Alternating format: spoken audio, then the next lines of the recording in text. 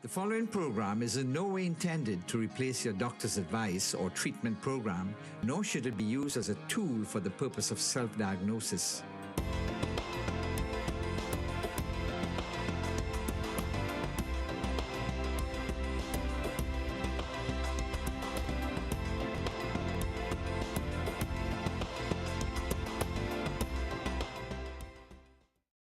Good night. Welcome to Your Health, Your Choice.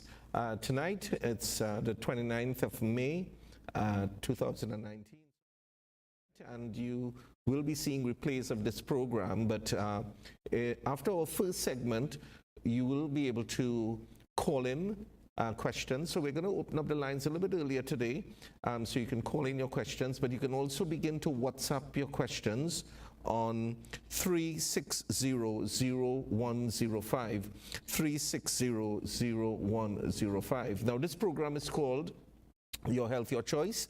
Can I just say, unfortunately, I'm on my own again. My dear wife is not with me tonight, Linda, and she's should be back in the next few weeks. And I know many of you comment on her, the fact that she lights up the program, but you'll have to do with me tonight. In 2 weeks' time, hopefully, we'll also have a speech therapist with us, so we'll be doing something slightly different in two weeks' time. But tonight, I'm going back to some of the basics of diabetes. The last program, I looked at some of the myths surrounding diabetes, and we talked about some of the misconceptions, etc. Tonight, I want to go back to some of the basics of diabetes, and the reason for that is simply, I have so many patients coming in to me, and there are some basic things about diabetes we need to understand if we will achieve good management and prevent many of the complications of diabetes. So, of course, this program is called Your Health, Your Choice, and your health is indeed your choice.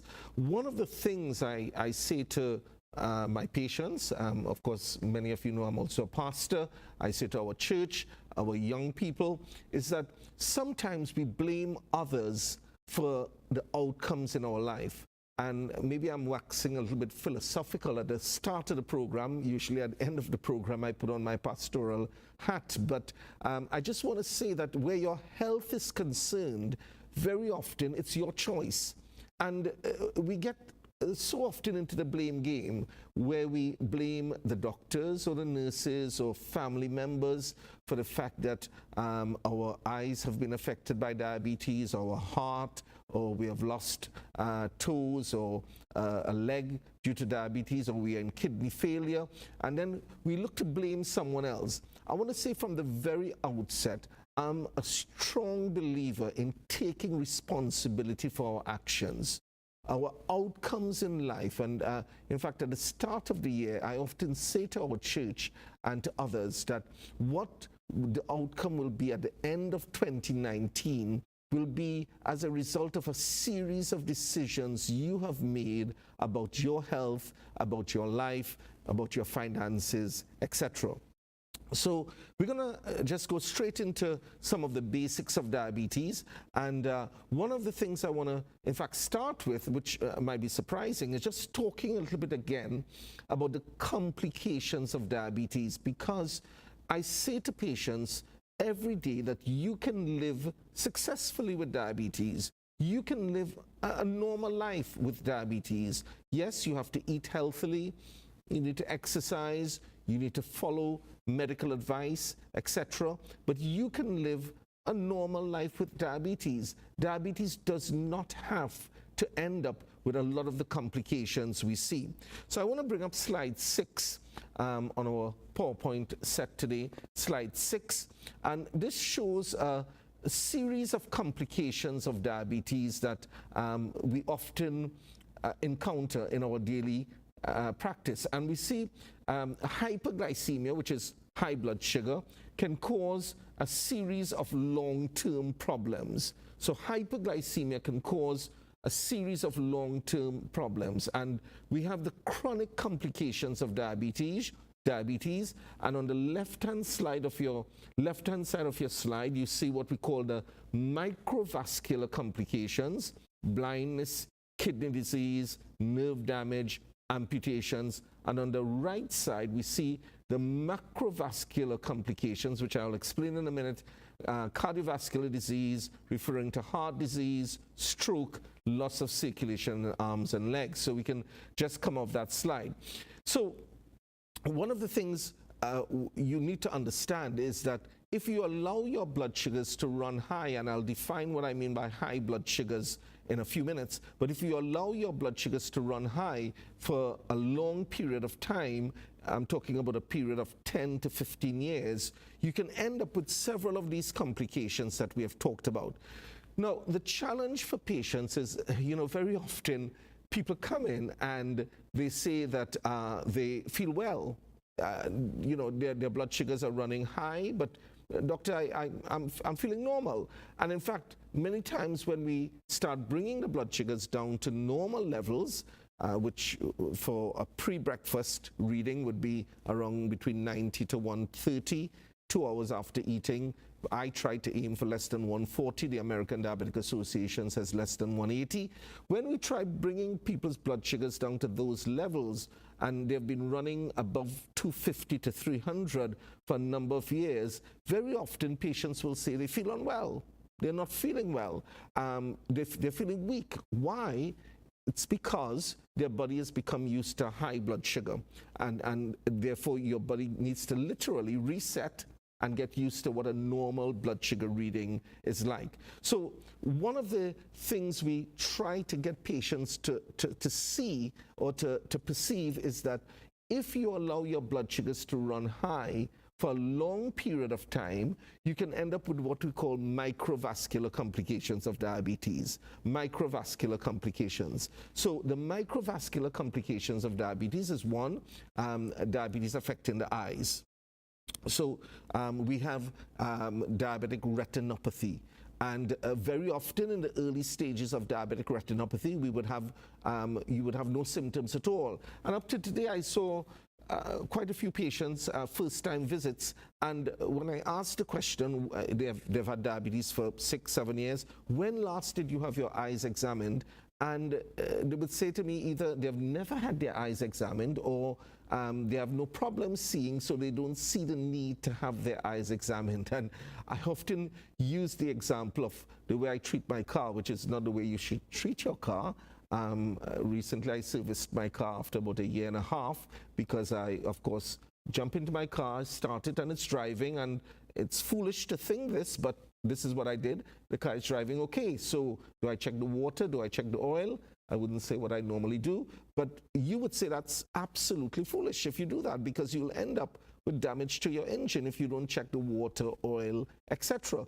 But we do the same thing with our lives, with our eyes, for example. We think because we are seeing well, we don't need glasses to read, etc. We don't need to have our eyes checked regularly. So the guidelines are that diabetics, type 1 or type 2, should have your eyes examined every year to 2 years by an optometrist or an ophthalmologist. The ophthalmologists are doctors that are specialized in eye problems, and they look at the back of the eyes, the retina, to see if there's any early damage to the retina, and that's what we want to pick up at an early stage. So diabetic retinopathy, the major cause of kidney disease, is due to hypertension and diabetes. And again, in the early stages of kidney problems with diabetes, you will have no problems. So, a lot of patients come in and say, well, doc, I have pain in the back area, the flank area. Is that kidney problems? Well, very often that's just a muscular problem. But what we are looking for is any early signs. So again, type 1 or type 2 diabetics, the guidelines are you should be having proper lab testing every 6 months to a year. And we do a urine test after 5 years or so of type 1 diabetes, but from diagnosis of type 2, we do a urine test for microalbuminuria. So you need to ask your doctor if you're diabetic, or if you're in the health centers, doctor, can you send my urine sample for testing for microalbuminuria? Microalbuminuria is testing for small amounts of protein long before you pick it up on a normal dipstick in the doctor's office. You send it to the lab and you pick up small amounts of urine, protein in the urine, microalbuminuria, and that's a sign of oncoming nephropathy or kidney damage in the years ahead, and also vascular dysfunction, what we call endothelial dysfunction, that the lining of the vascular tree is being affected. So microalbuminuria is a very important test. And of course, then we also have nerve damage that can happen in with chronic high blood sugar levels, and this can happen after a few years of diabetes, where you get numbness, tingling, burning in the feet. Some patients come in with I see patients almost every day with terrible burning in the feet, tingling in the feet, not being able to sleep at nights. And there are things we can do. It's not an easy problem to treat, but there are things we can do to try and help. Patients often ask, can I reverse the damage that has occurred? Well, one of the things I want to say is that's why you need to have your blood sugar well controlled from early on in diabetes. That's why you need to have your blood pressure well controlled. That's why you need to have your cholesterol well controlled, because all those things lead to chronic nerve damage. And once the nerve is damaged, it's very difficult to reverse that process, but we can control the symptoms. So those are the microvascular complications of diabetes. And then you have the macrovascular complications of diabetes. So the macrovascular complications of diabetes are the large vessels. Well, believe it or not, we are almost we are going to our first break. But I just want to remind you, when we return, we're going to start taking some calls. You can start WhatsApping your questions on 360-0105 or ring in on 652-4855. We're going to go to our first break on Your Health, Your Choice, and return in about a minute's time. Thank you.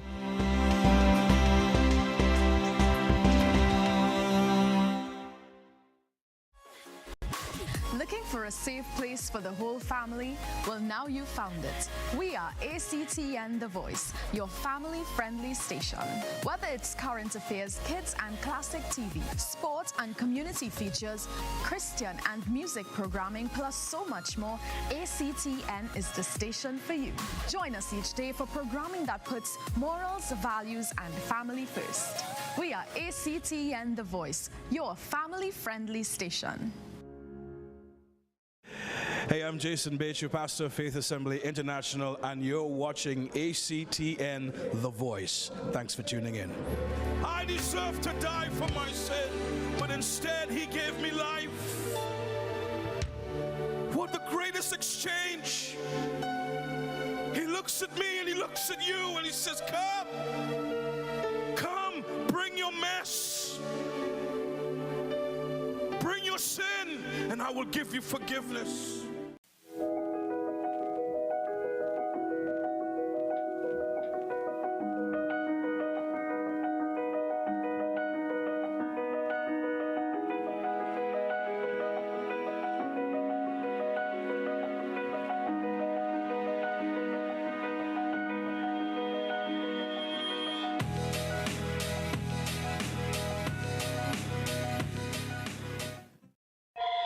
ACTN The Voice, your family-friendly station.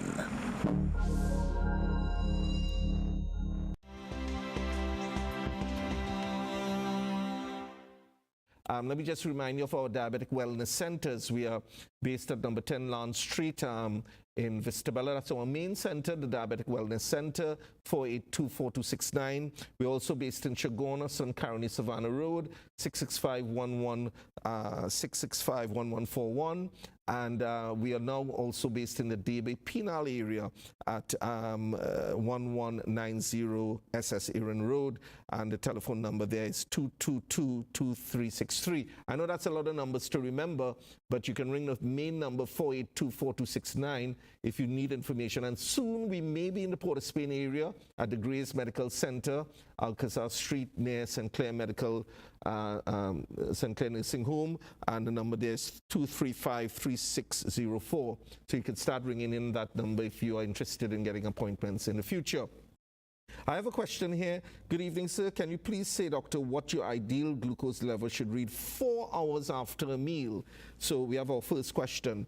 Now, that's an interesting question because the guidelines we have is looking at the blood sugars before eating, where it should be between 90 to about 130, and 2 hours after eating. The American Diabetic Association says the levels should be less than 180, but the American Association for Clinical Endocrinology says less than 140.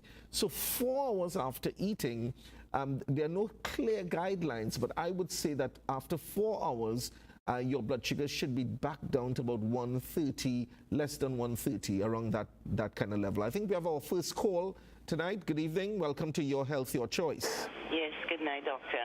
Good night. I wanted to ask a question. If having a constant bout of dizziness have anything to do with high blood pressure? Okay, so that's a good question, and you know, dizziness is one of the most common symptoms in daily practice we see, in general practice, family medicine, as well as seeing my diabetic patients. And yes, high blood pressure, if your blood pressure is extremely high, you can get dizziness associated with it, but very often dizziness has to do more with the balancing mechanism in the middle ear. And it's often a ear, nose, and throat, well, an ear problem. If you have ringing in the ear associated with it, or a buzzing sensation, tinnitus. But high blood pressure, yes, can be due, can cause dizziness, but it could be other things. It can be due to the balancing, vertigo, tinnitus.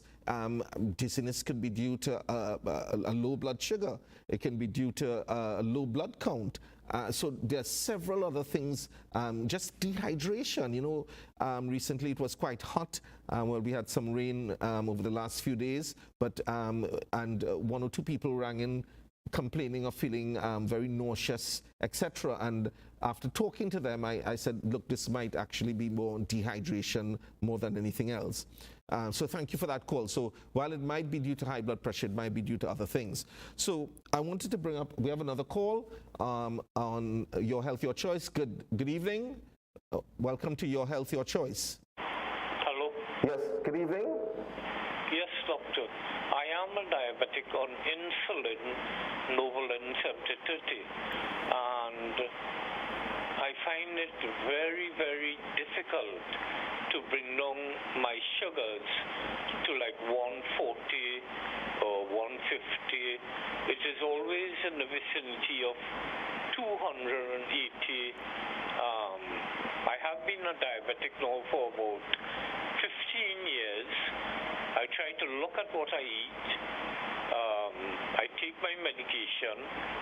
I'm not so active in exercises. What do I do? Right.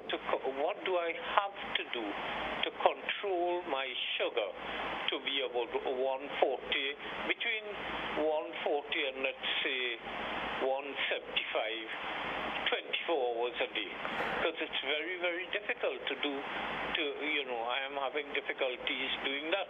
I also suffer with hypertension, and the medications control the blood pressure, but the medication that I'm using for the diabetes, Novolin 7030, it's just simply not working. So now you're asking me a very good question, and as I answer that, I just wanted to bring up slide 8, just to demonstrate a point I'm going to make to you.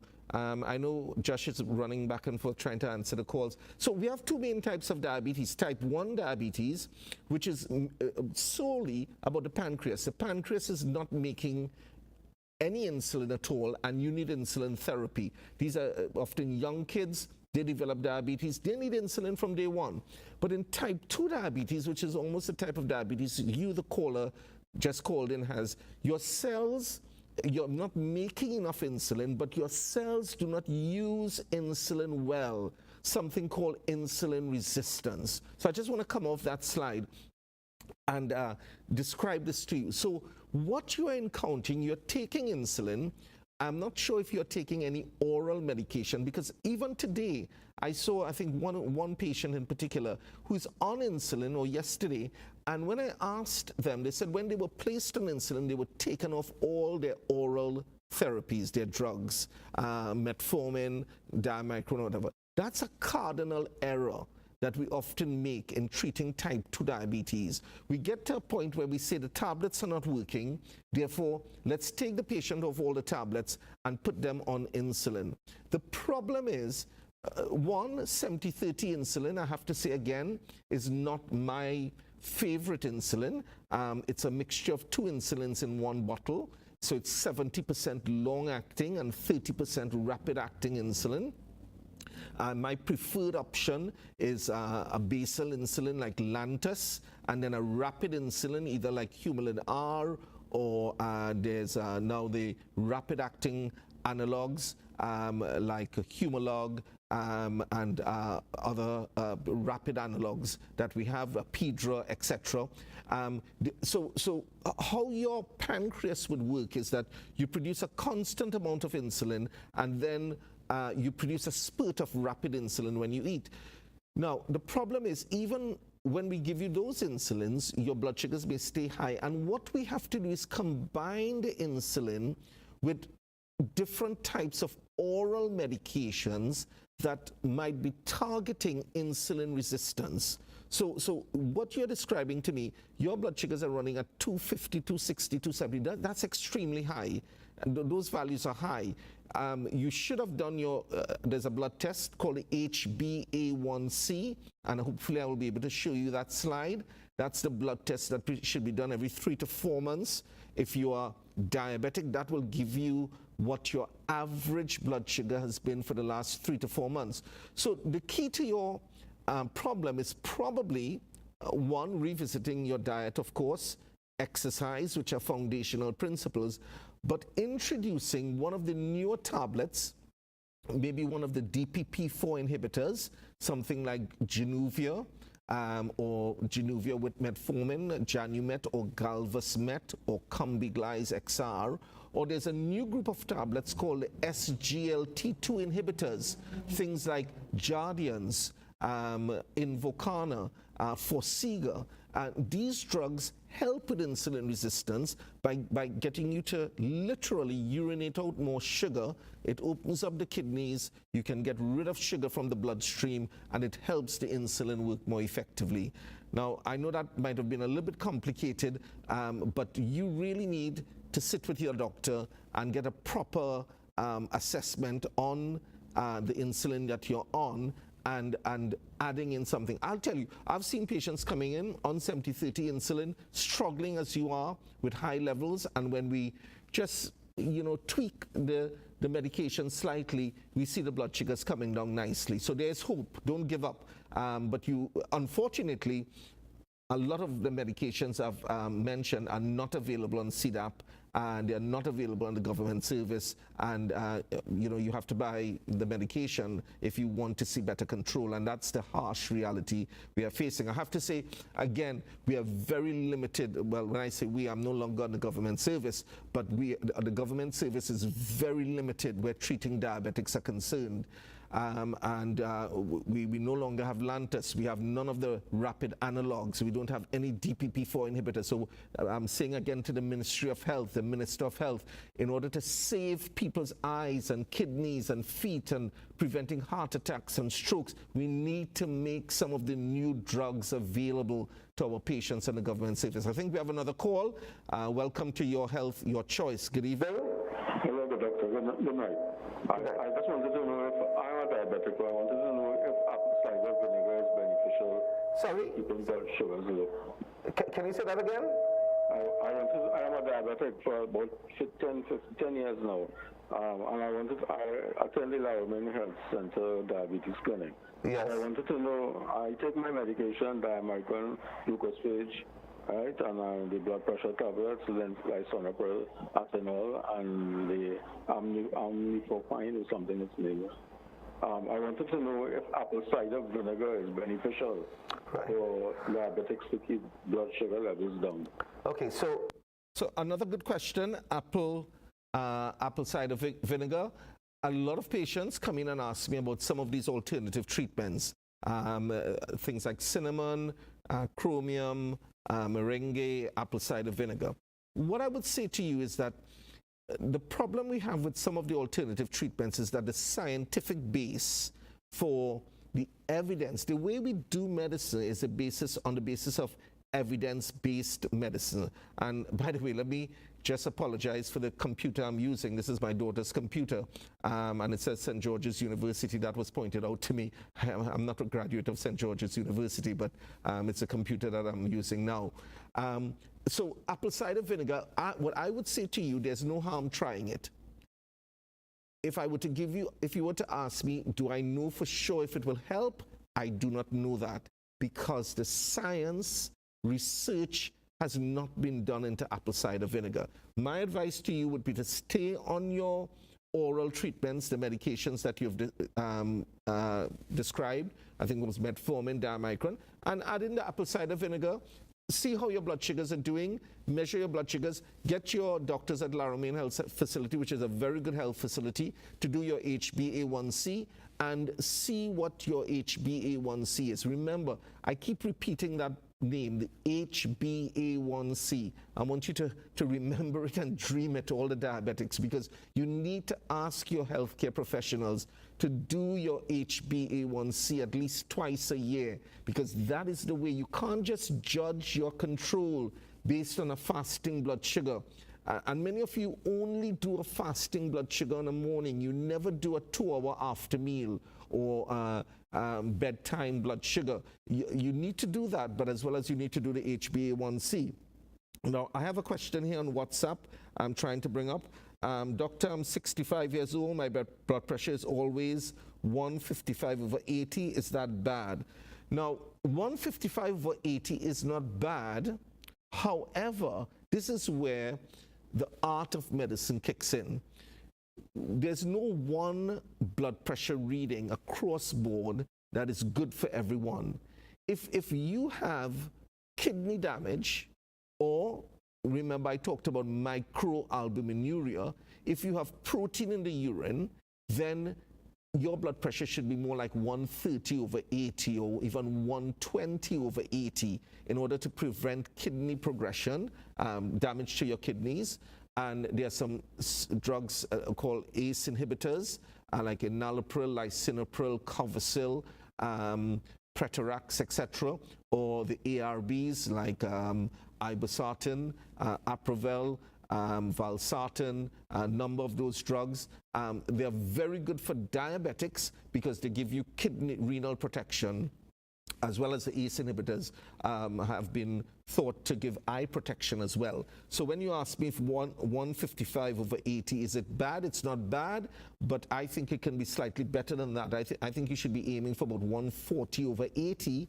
But if you have any eye problems due to diabetes or kidney problems, it should even be a little bit lower. Those are the latest guidelines, about 130/80. Now I'm trying to do 3 or 4 things. I'm trying to do the telephone lines. I'm answering your WhatsApp messages as well. I have another question on WhatsApp. Remember, the WhatsApp number is 3600105, and live calls on 6524855. We're also streaming live. You can go onto our Facebook site, ACTN The Voice, and you can also replay this program if you go onto that site, but we are streaming live tonight. The question is, when I close my eyes, I see lights across my eyes. What causes this? Well, I'm assuming you're diabetic, but that's a very difficult one. You need to get your eyes properly checked. That's the basis. I can't tell you what might be causing that. You need to see an optometrist or an ophthalmologist. They need to examine the eyes. If you're diabetic, you need to have the pupils dilated. The doctor will put drops in the eyes, look at the back of the eyes, or they may do what is called an OCT, which is now being done for most of the diabetics, that looks at the retina, and that can tell you whether there's swelling at the back of the eyes, bleeding at the back of the eyes, or you can have retinal photography done. Many of the optometrists and most of the ophthalmologists now have retinal cameras as well. So the answer to that question is you need to get a proper eye examination. I think I have one more question here. Good night, doctor. I'd like to know what days, okay. So somebody's asking me about the office at in Penal, the Bay area. That's where Dr. Biku's office is. It's on a Friday. I'm only there on a Friday, and the number there is 222-2363 or 324-0720. 222-2363 or 324-0720. So I'm there on a Friday from about 9 a.m. in the morning. And that's the other Diabetic Wellness Center. We have another question, live question coming in on Your Health, Your Choice. Good evening. Yes, doctor. You all have 3 clinics in Trinidad, and those clinics, the patients need to pay. However, about 90% of diabetics depend on CDAP. Yes. Diabetes, why not allow the patients to bring in their pay slips, look at how much they make, and have something like a pro-rata system where they don't have to pay $300 and $400 for a visit and then have to come up with $200 and $300 to buy the medicine. Right. I mean, it is true that the government is trying their best, but at the same time, diabetics do not have much of a choice. We depend on CDAP. I cannot come to your office and say, well, doctor, you know, I'm a diabetic, I need some help. But at the end of the conversation, at the end of the medical screening, you or some member of staff would say, okay, your bill is $300 and something, when I don't even work close to, you know, when I make a meager $5,000 a month, yes, and I have to pay like the ordinary person. I have to, you know, pay the utility bills, buy food, and all these things. Yeah. It's a struggle for diabetics. I totally agree, sir. I think you have a valid question. Now, I have talked about the diabetic wellness centers that we are involved in, but there are very good diabetic centers on the government service. In fact, I myself worked in the Southwest region from 2008 to January of this year, and we were able to set up diabetic clinics in Couva Health Facility, Princestown Health Facility, Point 14 Health Facility, Point 14 Area Hospital, and Siparia. In fact, it was a prototype that we were developing where we were transferring a lot of diabetic specialist care into the community so patients could see someone with a specialized expertise in diabetes in the community rather than having to go to the hospital clinics. Now, those clinics are still running. I'm no longer in the government service. I've got to the stage where, you know, I'm no longer there, but there are doctors with diabetes experience running those clinics. So to say that you have to go to a private doctor is not, you know, it's not true. I am, you know, mentioning the diabetic wellness centers that I'm involved in at the present time, but there are many health centers where you have chronic disease clinics. But in the Southwest region, I can say that there are specialized diabetic clinics in the community. And one of my colleagues, two of my colleagues are now running those clinics. The problem still lies with the medication. So seeing a doctor itself is not, I always tell patients, even when they, you know, they come to me privately, that seeing the doctor itself is often not the expensive bit. It's the blood testing that has to be done. You cannot do diabetes properly without proper blood testing. You simply cannot. And for a long time, and I will say this now quite publicly, in the Southwest region, we were not even able to get HbA1cs. We were not able to get renal function testing. And yet, you know, we are being told that we have all the facilities, but that's simply not true, at least in the region in which I worked for many years. We simply did not have some of the basic blood testing that we needed. And when things go wrong with patients, very often the doctors or the healthcare professionals on the front line, they're blamed. But if you don't have the proper equipment to do your work, you simply cannot make the right diagnosis. You cannot see a diabetic and make a proper diagnosis without a proper blood profile. If you go to any clinic in the US or the UK, you are sent for a blood panel. Your liver function, your lipid profile, your kidney tests, etc. Now, there are some regional health authorities that have more resources than others, where you might get most of it done, but there's still shortages. That's the blood testing. Then we come to the drugs. The reality is that most of the drugs that are available on CDAP are generic drugs. I am not saying that they're all bad, but we just do not know the quality of some of the drugs that are on CDAP. Now, I can debate that with the Minister of Health or anyone else. We simply do not have, for example, diamicron MR. It's not on CDAP, but it's available in the health centers. Right now, the diamicron MR that's often given on the government service is a generic. And most of us in this area of diabetes as a specialty, we feel that the generic is not a good product, yet it is being offered to patients. So I am willing to defend my ground, and I am saying to you, while coming to a doctor, we can reduce our prices, of course, but you still have to go out and buy your medication, the better medication. And I can't ask the drugstores to reduce their prices or the distributors. That's a completely different story. So I'm saying patients like you've just rang in, you need to write to the Ministry of Health. You need to get other patients together, patient support groups, the Diabetic Association of Trinidad and Tobago, and I know that there's a younger new president in place now. I would encourage him. In fact, I want to say openly, I would like you to come onto the program. We need to make contact and come onto the program. Let's talk about diabetes care in Trinidad and Tobago. We need to be advocates for our patients and begin to ask the government to provide the better, newer medications so that patients who cannot afford it are able to access it. So that was a very good question that was asked, and I think it's something that we need to address. I know we have to go to a break soon, but this slide, I think it's slide 14, before we go to our break, slide 14, can type 2 diabetes be prevented? So while we are talking about treating diabetes, we can turn back the clock and talk about, can diabetes be prevented? Yes, diabetes can be prevented by maintaining a healthy weight, physical activity, possibly medication, and healthier foods. So we can just come off that slide. I know we have to go to a break soon. There are lots of questions coming in. I'll try and come back to those questions when we come back from our break. But let me just say about prevention of diabetes.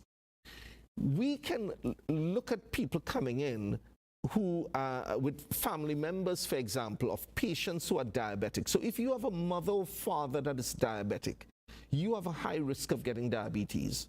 If you have one parent that is diabetic, you have about a 40% risk of getting diabetes. If you have 2 parents that are diabetic, you almost have an 80 to 90% risk of getting diabetes. Recently, I saw a young man who is just 32 years old, quite slim, quite lean, and yet he's had diabetes for 3 or 4 years. His diabetes is not due to his lifestyle, it's due to his genetics. So you can prevent diabetes to a certain extent, but we are a product of our genetics, whether we like it or not. I've been talking a lot and taking a lot of calls. We're going to go to our second and final break on Your Health, Your Choice tonight. By the way, let me wish everyone a happy Indian Arrival Day. That's tomorrow. And we're going to go to our second break and return in about a minute's time to Your Health, Your Choice.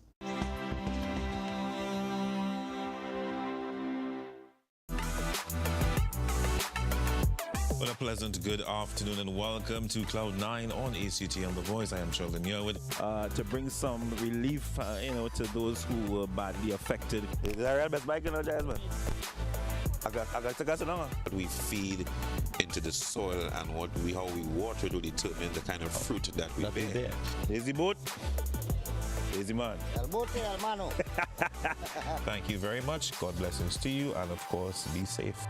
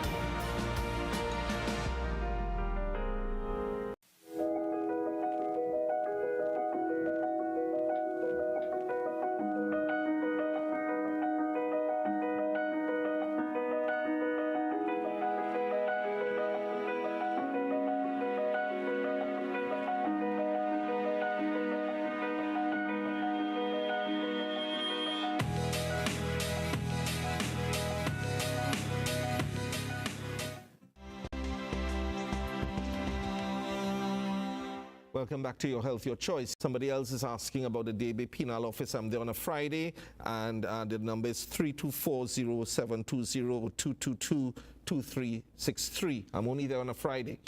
Now, people are asking me about the offices, so I'm telling you about the Diabetic Wellness Center. Somebody else has asked me about the HbA1c. So that's the test that I'll come back to in a minute. It's the blood test that gives us the 3-month average of the blood sugar. And an ideal HbA1c is less than 7%. Younger people, I would aim for about 6.5%. If you have heart disease or kidney problems, then we relax the goals a little bit, and we say maybe about 7.5 to about 8% might be acceptable. One more WhatsApp question here, and then we have a telephone call. Good night. I'd like to know what day, it's a question about Combiglize.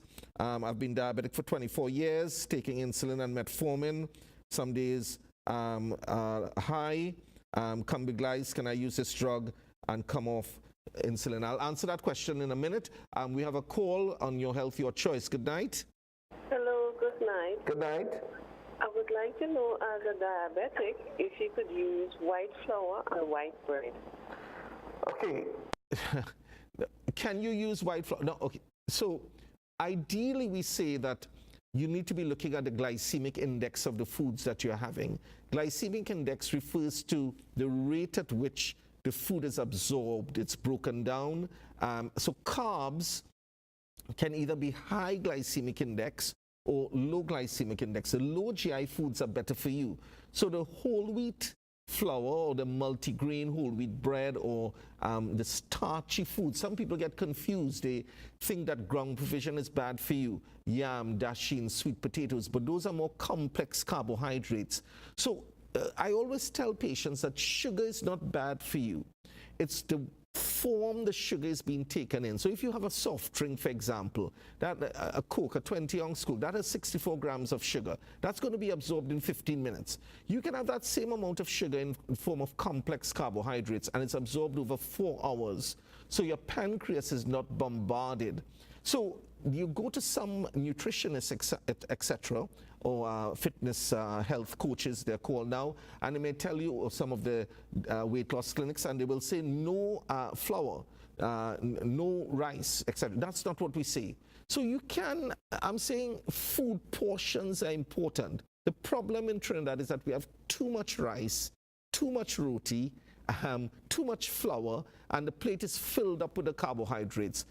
We should be eating more European or Mediterranean style. The carbs should be about a quarter of the plate, the vegetables and salad about a half of the plate, and the meat and protein about a quarter of the plate, and the white meat better than the red meat. So the patient who's asking me about Combiglize, yes, you can go on to Combiglize, but I can't tell you to come off your insulin.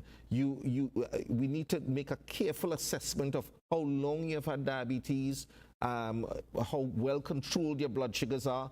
Very often I combine that drug called Combiglize XR with insulin, and I get some very good blood sugar readings. Another question, can a patient taking Norvasc stop suddenly? I'm taking 2.5 milligrams every night before sleeping. My blood pressure is usually high as soon as I wake up, but become normal as I get off the bed and begin walking. Should I be taking blood pressure medication? Now, the problem is that very often blood pressure goes up, spikes overnight. It's something to do with the dawn phenomena, the body producing cortisol, adrenaline, etc. And we are concerned about high blood pressure overnight because many people end up having heart attacks and strokes in the early hours of the morning. So I would tell you that if your blood pressure is spiking overnight, you probably should stay on your Norvasc unless the blood pressure is falling too low, below 110/60 or so, then we may need to look at that again. I want to show slide 22 because 2 or 3 people have been asking me about the HbA1c. Slide 22. Right. So this blood test, the A1C blood test. So again, I want you to remember this blood test and ask your healthcare professionals to do this test for you. This blood test checks the average blood sugar over the past 2 to 3 months. So the goal for people with diabetes is 7% or less. For people without diabetes, it should be less than 5.7%. But this gives you what your average blood sugar has been for the last 3 months. So we can just come off that slide. And we can just go to the slide, slide 20 actually. Slide 20. These are the actual blood sugar readings. So what I just showed you was the HbA1c. This is now looking at what a normal blood sugar is, less than 100. This is somebody who's not diabetic. So the green area, less than 100, not diabetic. Pre-diabetic should be between 100 to 125, and then diabetes on a fasting level is greater than 126. So you can diagnose diabetes on the basis of a fasting blood sugar. You fast from about 10 p.m. and you can have water to drink. You go to a lab and have a proper blood test done, and those are the fasting values for normal pre-diabetes and diabetes. Or you can do the glucose tolerance test where you go fasting, you do a fasting blood sugar, they give you a glucose drink, you do a 1-hour blood test and then a 2-hour blood test. And the 2-hour blood test, if it's less than 140, it's normal. If it's between 140 to 199, that's pre-diabetes. And if it's above 200, that's diabetes. And then the A1C, that's the third way you can diagnose diabetes. If it's less than 5.7, it's normal. Between 5.7 to 6.4, that's pre-diabetes, and above 6.5, that's diabetes. So we can come off that slide. So we've been trying to cover a lot. And the reason why these blood tests are so important is that without doing those blood tests, you will not be able to assess how well controlled you are. Now, technology in diabetes is advancing, like many areas of life. So we now have something called CGMs, continuous glucose monitoring devices. We have something called the Freestyle Libre device, which is a patch you can put on. We have a diabetes educator, Nika, who does that. She has the patches, but you can also bring in the patches from Canada, I believe, and there's a patient patch that you can put on, and you can, it's literally a monitor that you, or even your iPhone, I'm told now, has an app where you can just pass it over the patch and you get readings at any time of the day. And you leave the patch on for 15 to 20 days.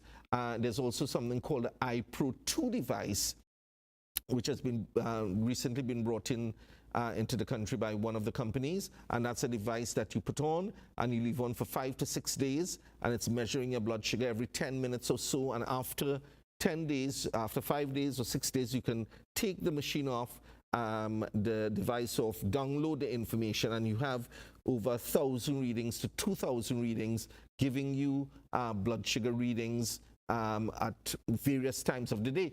And the interesting thing about that is it will show you what we ask patients to do when we do continuous glucose monitoring. We ask you to also document what you're eating.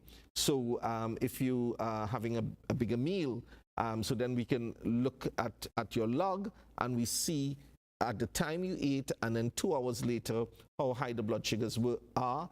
And it also gives us the overnight readings, because one of the concerns is that some people are running good A1Cs, good blood sugar readings, but they're actually having unrecognized hypoglycemic effects. What is a hypoglycemia? A hypoglycemia is a low blood sugar reading below 70. That's a hypoglycemic event. And we try to prevent hypoglycemic events. In fact, hypoglycemic events is just as of a concern as hyperglycemia. We only have about 5 more minutes, and we have tried to answer as many questions. Now, you may not have been able to WhatsApp your questions tonight, but you can do that on the 482-4269 number. I do try to return the calls as best as I can. 482-4269, that's our main number at our main center at number 10 Lance Street in Vista Bella. But so if you didn't get to WhatsApp your questions in tonight, you can WhatsApp your questions during the day on that number 482-4269. And let me just say, you know, the person who called in and talked about the finances of seeing doctors privately, I often give advice as a result of doing this program to patients who I've not seen at my office, and they call in, they've seen the program, and so it's a service that we offer without patients having to pay for that. So, you know, we try our best to try and meet patients at a point of need, but the reality is that we have medicine in the private sector and we have medicine in the government service. And as the person said earlier, people are trying their best. I'll show you one last slide, one last slide, slide 25.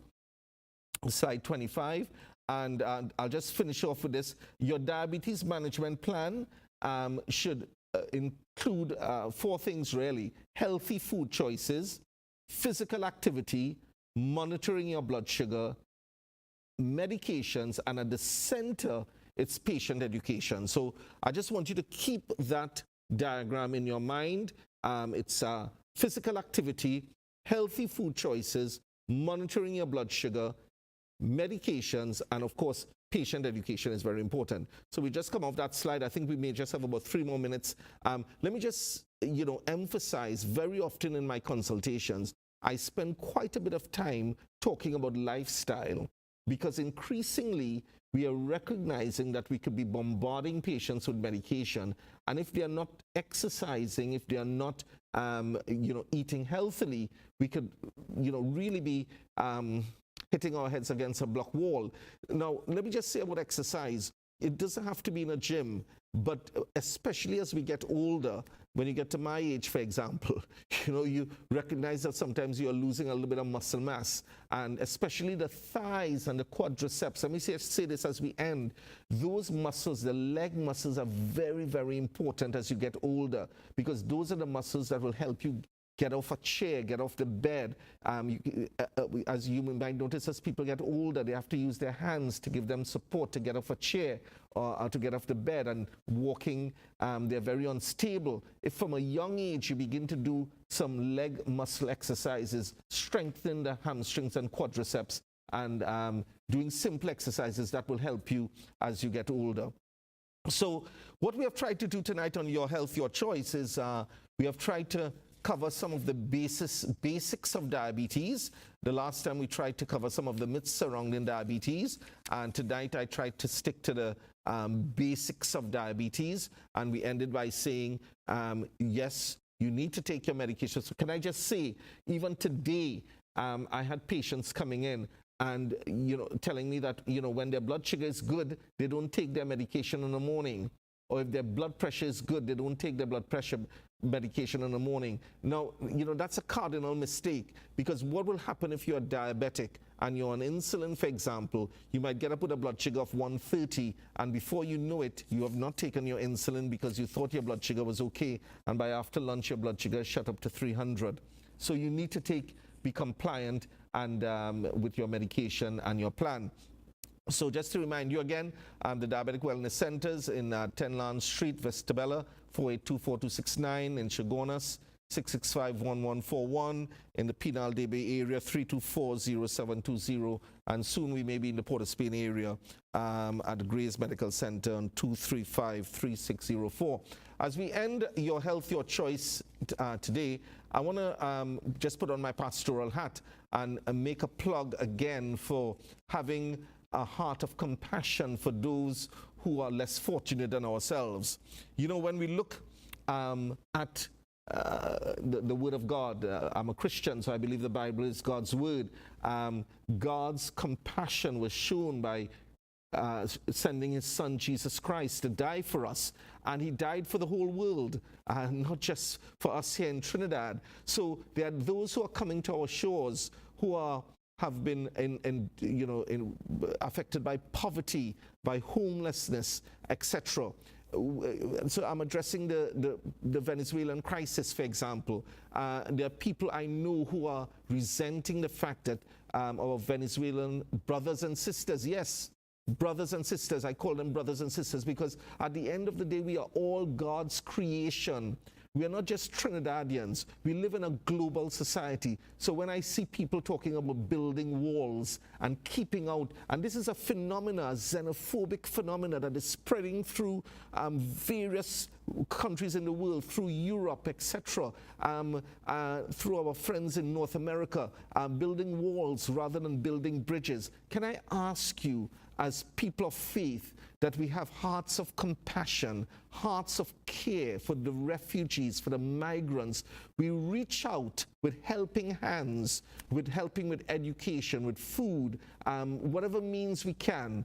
And while they get registered and do all that they have to do, we do our part. We are God's vehicles to bring healing in the land. Thank you for joining us on Your Health, Your Choice tonight. This program will be replayed on Thursdays at 1 p.m.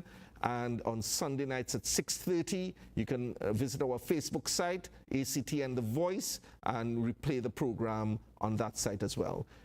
Good night from Your Health, Your Choice. This is Dr. Claude Khan.